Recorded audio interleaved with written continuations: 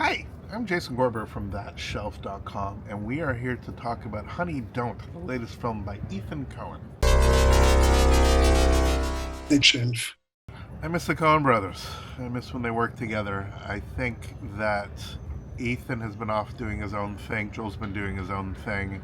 There's lots of talk of them coming back together. I think Macbeth demonstrates that Joel and his collaborator, his wife, can do remarkably cinematic things, but do so in a slightly more serious mode.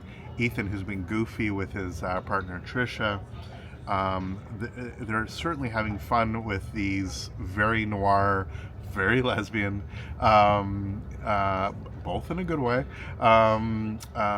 sort of, post Tarantino-ish,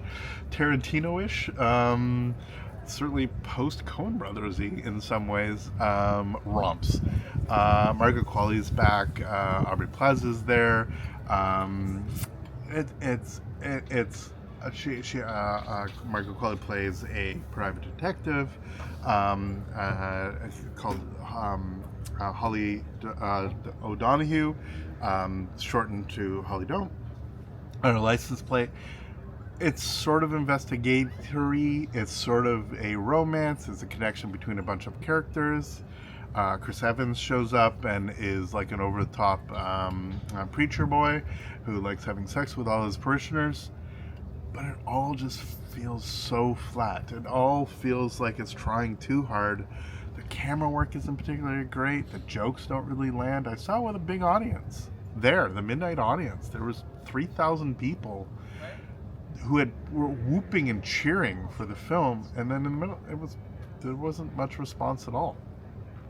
The most sympathetic audience possible, with the actors and director and filmmakers there, and people just weren't responding. Is it better than the last one? Yeah, that doesn't say much, but it really feels like somebody's doing a sort of cover version of what the Coens did best, and it's clear that for all of his gifts, and I think Ethan's an incredibly talented person, I just don't see be it his documentaries or his standalone films just having anywhere near the electricity of their previous work.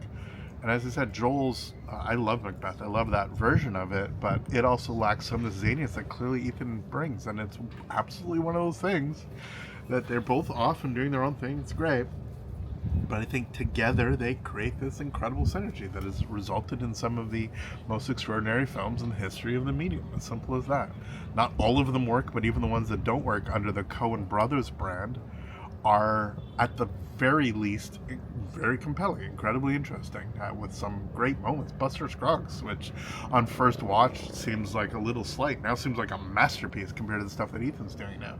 So, and then you go to the genuine masterpieces, the Llewyn Davises, the Lebowskis, the Miller's Crossings, the No Country for Old Men, and you're just like, these are so shit in comparison. It's like a different person entirely. So Honey Don't is fine. I think people will go, they will respond. I think people will like some of its sexiness, but even that felt a little weirdly forced.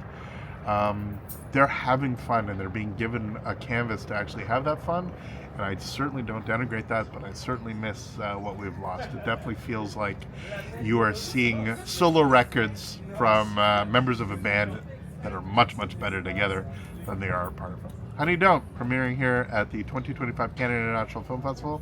For ThatShelf.com, I'm Jason Gorber. Thank you so much for watching. Please subscribe, follow us on social media. We will see you next video. All the best. Take care.